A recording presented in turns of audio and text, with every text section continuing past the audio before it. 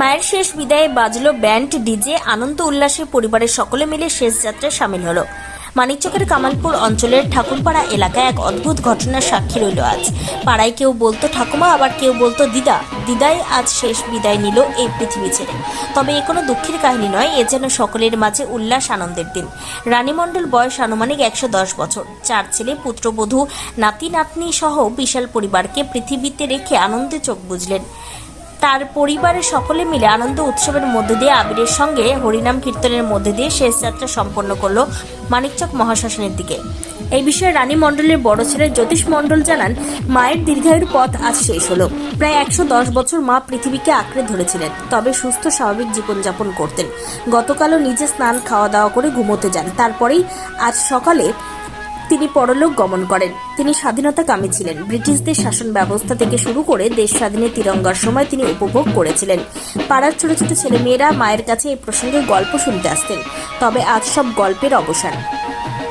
মাতৃবিয়োগ বড় বেদনার, তবুও আমরা আজ খুশি মাকে শেষ বিদায় জানাতে পেরে। আমরা 4 ভাই মিলে মায়ের সৎকার্য করব।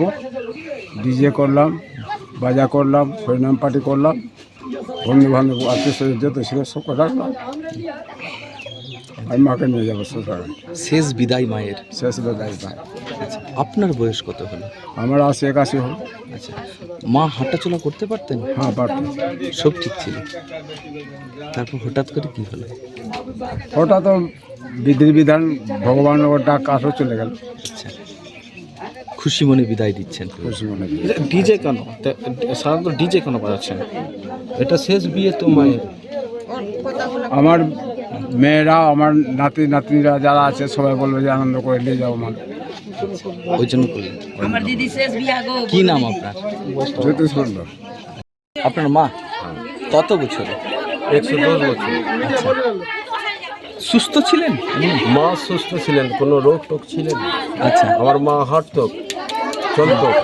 কালকে চান টান করে মাকে খাবিয়ে দাবিয়ে ঘুমালো, তো ওই চোখ মরলো, তো আর খুললো না। আচ্ছা, হাঁটাচলা করতে পারতো? হ্যাঁ, ভালো ভালো।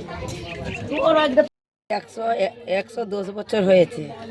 আমরা ডিজে করলাম, আমরা বাজনা করলাম, আমার দিদি আমোদ ফুর্তি করার জন্য আমরা করেছি। সব ভাই বোন মিলে আমোদ ফুর্তি করার জন্য।